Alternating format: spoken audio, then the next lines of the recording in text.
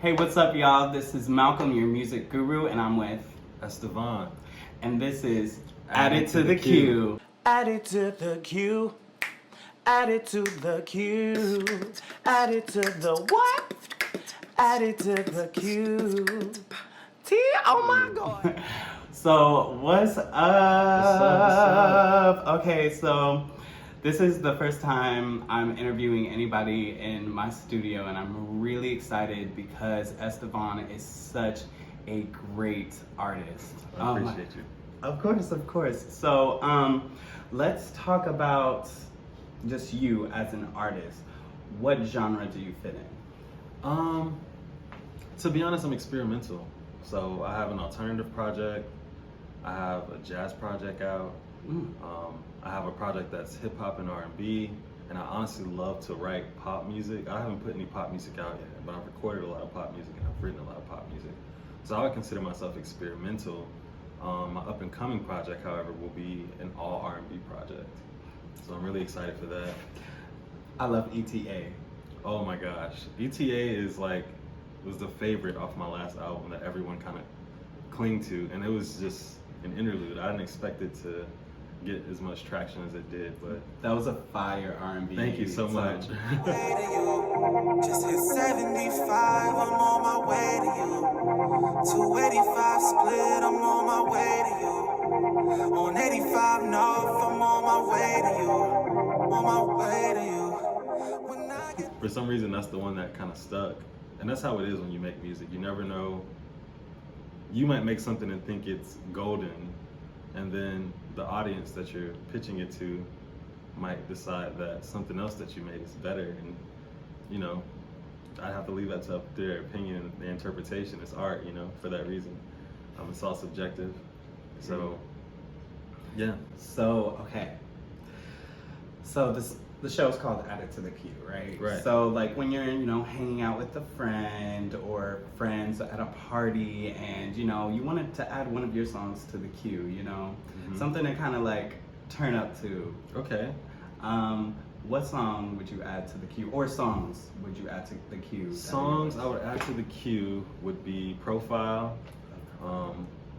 It's a song about just someone who is not just popping on social media, like they're popping in real life. And they kind of keep a lower profile on social media because their real life is actually lit. And I think that, a lot of us can take away something from that, because this is our reality after all, even though we're moving into the metaverse or whatever is happening, into this virtual reality. But this is reality, and we should be enjoying this more than we enjoy online. So I was trying to drive that point home with that song. And I would also add the glow up, because it's just about staying down and coming up and just, owning your shit, owning your right to the things that you desire and that you deserve. So those are two that I would add to the queue for sure. I love Profile. Keep a low profile. Cheers. Cheers. I love that song. Okay. And then, you know what? Okay, so if I got to add a song by S.DeVahn to the queue, it would be Ugly Truth. Ooh. That was Because- spicy. Just from like a fan's perspective, like Ugly Truth is just so true. Like, you got a pretty face, but that ain't gonna pay the rent, Facts. And talk more about that song, like Ugly Truth. What's the origin? The origin is I got out of a really bad breakup. I was in a long-term relationship with the girl I thought I was gonna marry. And we were long distance for a few years. And when we actually lived together, I started to see who she truly was. And the ugly truth was that we weren't as compatible as we thought we were, And she wasn't very supportive of my music career, or just art in general. Like, she wasn't really a creative, and that's okay. Not everyone's a creative, and not everyone understands a creative's brain. But after the breakup, I kind of had some grievances with that went kind of, and I spoke about it during my relationship with her, but I felt like it went unnoticed or unheard, and I channeled my frustration into that song, just kind of as closure for myself. It wasn't even, I mean, as much as it's about that situation, it was about me and just being able to express, like, man, like, I need more than just a pretty face. Like, I need the support. I need you to, you know, be here for me as much as you want me to be here for you. And that's what a relationship's all about, right? I mean, period. Reciprocate. It's give and take. Yeah, you gotta reciprocate energies for sure. Period. So yeah, I definitely felt like my energy wasn't reciprocated. I mean, anything she ever wanted to do, I supported it wholeheartedly. I mean, I've helped her do multiple different projects, and she wanted to venture into the creative realm, so she started multiple things. Not to get too deep into her, but I've always, you know, put my best foot forward, at least to try to show my love and support, you know, by just being there for her and trying to, and it wasn't reciprocated, so I had to channel that aggression somewhere, you know, and it came out in the ugly truth. And honestly, I really think it came out so beautifully. Thank you so much. I really think that you kind of turned that situation to encouragement. Yeah. Like, you're like, you know, giving wisdom. Right. Which I love wisdom, by the way. I do too. But what is it? Just Do It? Is that the song? Just Do It is a song that comes on after Wisdom. Wisdom is like an interlude of an older gentleman I used to work with. He was a coworker. Really? Yeah, and he was just, one day he was just giving me some game about music. He was super big into the entertainment industry when he was younger. Yes. Shout out to Silva, that's my guy. Wow. But he was actually connected to the Jackson 5. So he dated one of the Jackson 5's cousins, and he was always at their shows and in their entourage and things like that. So he got to see a first-hand experience of what the entertainment industry is like, what it does to relationships, you know, what it means financially, spiritually, you know. And he was just giving me a lot of great advice, and I was like, wait, let me pull out my phone and record this, because like everything you're saying, I need to hear this and I want to be able to revisit it. Oh my gosh, I'm glad you did. I am too. I never thought about, like, when I recorded him, the plan wasn't to use it in a song or Right. to put it on my project. It was just something that was so inspirational. I was like, man, like, I'm not going to get these type of words of wisdom from anyone else. Let me try to savor this moment, you know? And he was cool with me recording it, and I recorded it. And when I was finalizing my project, I was like, man, I really wanted to create this bridge from, you know, one song to the other. Because the next song that I get into, Just Do It. Just Do It. It's very... Talk about it. It's deep. So, like, you know, it's a fun song, but it has a deep message. And I was like, man, I don't want it to come off the wrong way. Like, how can I intro people to the message I'm about to get into? And I was just going through my voice memos, like, you know, just searching for inspiration, really. And I stumbled across that voice recording, which was recorded a whole year before. And yeah, I decided to, you know, use it, and I asked him if it was okay, and he green-lighted me, so I put it on the project. Who was the girl in the song that was like, baguettes? Like, you know what I'm talking about? Which song? I think that was Just Do It. There is a girl in the song with Just Do It. Her name is Morgan Bullock. She's a poet. And she actually was supposed to do a lot more stuff on my project. We just kind of, our schedules got a little hectic. But she did, you know, come to the studio with me one day and like just laid some stuff down for me, like background noise and talking. And I did put that on Just Do It, so I remember what you're talking about now. Oh, you do? Okay, Yeah. okay, cool. I forgot what she said, but like, it was just like, it was really funny, and I thought it really kind of popped out to me. We were talking about the Trump, like we were in the studio, and this is around the time that Kanye West did the Make America Great Again hat, that whole situation. So a lot of controversy, and the song is somewhat controversial. And we were in the studio like discussing this like live while it was kind of happening. It was just a time period we were in. And I was like, yo, go say that in the booth. Like, go, like, like say what you're saying, but record it. Because it ties into everything I'm trying to say in the song, you know? So she just went in the booth and just started talking, and then that became that, you know?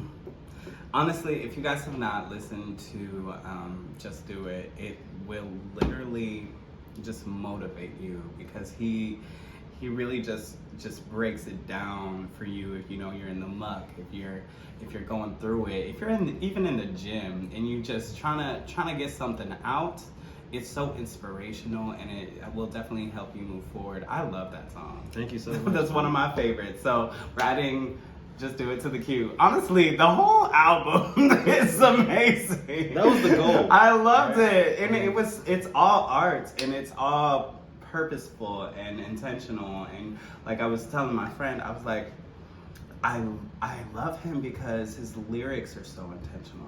Yeah. It's like he knows what he's doing, and he knows what he's putting out there, and he's like a conscious rapper, a conscious singer. And the thing is that you sing and you rap, and you know, you're not even boxing yourself in the singing or rapping category. You are what you are, and you're like a lyricist, and you just. I'm a fan of words first, you know, because before there was music, there was words. You know, words are the origin. So I'm a writer first and an artist second. So to me, you know, of course I want to convey an amazing message, and I want to be able to impact my listener's life in some form, and mostly positive, of course. Not everything I say is going to be positive because I'm human, but that was the goal. I wanted to be able to leave people with something that they can cling on to other than just, this is a dope song, or this sounds good. And then the challenge is doing that, but also making it sound good, you know, where it's relatable and replayable, and you want to add it to the queue, you feel me? Huh? Say it one more time, huh? Yeah, add it to the queue. Hey! That's right. Let's talk about your writing. Okay. Because you were saying that you're a songwriter, right? Yeah, songwriter. And you write for multiple artists as well. I do. Yeah, so someone approached me in 2016. He's an artist, a friend of mine. His name is Sean Anthony. Shout out to Sean Anthony. He's my brother for life. Sean Anthony and I went to college together, and we were both pursuing artistry around the same time. Mm-hmm. And one day he was like, man, he just complimented, you know, my songwriting. He was like, man, you should write for people, like you would take off. And ironically, at the time when he said it to me, I was offended, you know, because I was still trying to build my artistry up. Right, like I'm an artist. For someone to note my writing and not my artistry, it took me aback a little bit. And I was like, hey man, like, what'd you mean by that? And he was like, no, I'm just telling you, like, it's not that I don't think your artistry is dope, because you're dope. I just think you have a really strong pen, and maybe you should try writing for someone. When I said, well, what about you? Like, why don't I write for you? You know what I mean? And then he was like, okay, let's do it. Like, so I ended up writing a couple songs with him. Over the course of like a year or two, we ended up writing like 6 or 7 songs together. And I appreciated him so much for his honesty and provided me clarity on that, even though I was like somewhat frustrated. But that's how you know it's a real friend, because you can have those type of conversations without it turning into an issue. And from that, he kind of opened the door for me to write for other people, because I was totally against that idea before, because as an artist, you want to keep all of your best work for yourself.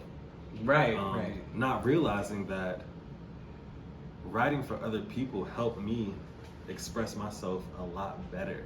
Wow. Mm-hmm. And that's something that you don't really hear a lot of writers say, but the more because it all starts with a conversation. Anytime I'm writing for someone, so if I was to write a song for you, I would start with a conversation and pick your brain about certain things, and, you know, try to tap into your mood and your energy, and try to convey what you feel, while simultaneously pulling from my own mind and my own history, my own experience as a human being on this earth, and mesh them together to create something beautiful. And that just goes to say that no one does it alone, you know? Nobody does it alone. Like, there's a reason that the hit songs are hit songs, and when you go check the credits, there's 20 names listed under writers and producers. It's because something that has that many hands on it has been crafted and molded and shaped into something so beautiful and so catchy and so relevant that it's irresistible, right? So that's the goal, and that's what I learned. I'm like, man, I can utilize this gift not just for my own benefit. I can help others, and I can also simultaneously grow and build more relationships and more connection just through writing alone. And to be honest with you, writing has gotten me further than just artistry alone. The two together is, you know, a monster, of course. It's a double-edged sword, if you will, but doing both has allowed me to meet people and connect with people in ways that I wouldn't have otherwise. So I'm definitely grateful for that. I love this man so much. Like, literally, I was so excited when he was like, yes, I want to do the interview. Like, literally, I was like, oh my God. And I like literally looked at his whole profile on Spotify, because I use Spotify, you know. Me too. Shout out to Spotify. Hey, shout out to Spotify. What's your sign? I'm a Capricorn. You're a Capricorn? Capricorn, rising Aries. And then I'm a Gemini. Ooh. Moon sign. Really? Yeah. Can we be friends? Yeah. For sure. Can we be friends? Because I really want to be your friend. Like, we can hang out anytime you want. Like, let's be friends. I'm so honored. Like, literally, I love that he's conscious about what he does. And I love his lyrics and his it's like he's like really trying to create a change. Like, just do it. Like, that's like such a change maker type of song. Like, y'all want to do all this stuff, but why don't you go to school? Why don't you do this? Like, you know, you're challenging people. Yeah, because it's not just about art. I mean, art is great, but at the end of the day, we can't sustain off of art alone. You know, we need wisdom. We need a get up and go attitude towards this thing called life if we're going to accomplish anything. And you know, we can't all just be artists or play a sport and that be the end all be all. And that's what I said in the song. You know, like, our ancestors built the pyramids. Like, talk about it. We did, like, we're kings and queens, but we have to step into that, and we have to honor that by doing the work associated with being that. And you know, in this generation, the reward is glorified always, but the work isn't. So I just wanted to highlight that, yo, it's okay to glorify the work too. Like, it's okay to enjoy what you do and like be, you know, genuine in it and tackle it, take it head on. You know, it's not gonna come to you overnight. Like, you have to get up and apply your energy and your mind and, you know, your entire being. You have to dedicate it to the things that you want. That you want manifested. Absolutely. Listen, so what are we looking forward to in your future? Like, what's like your direction that you're going into within your life, within your music? What are we expecting from you, I guess? Okay, well, of course, music. That's number one. That's number one. Right, so I'm actually working on finalizing my second album. I'll go ahead and name drop the title, even though I probably shouldn't, but I mean, why not? Like, give something for the people to look forward to. Right. It's gonna be called Sunsets and Silhouettes. Ooh. And it's just about my carefree, like, phase of a love life where I'm kind of just having fun and doing whatever, but there's also a darker side to that, you know, where you can break hearts or also get your heart broken or, you know, exchange energy with the wrong person. And now you're walking around trying to figure out why you're depressed when you were just happy, but it's all because of who you chose to be intimate with. You know, and you have a soul tie with this person who's going through something. And now you're sharing that soul tie. So, like, I'm taking it there. I'm scared of this next album. I'm scared. I'm scared because I'm like, this sounds, listen, this sounds like something I would love to listen to, and I cannot wait for you to release it. Thank you so much. So please keep working, my brother. Thank you. I think it's gonna rattle some people for sure. I mean, writing it alone and just like going through the experience and then putting it into music this has been an album that's been in the works for 2 years. So it's not like, with Atlanta, I did Atlanta in like 6 months. And I was just like hungry and just excited and I was just pumping out music.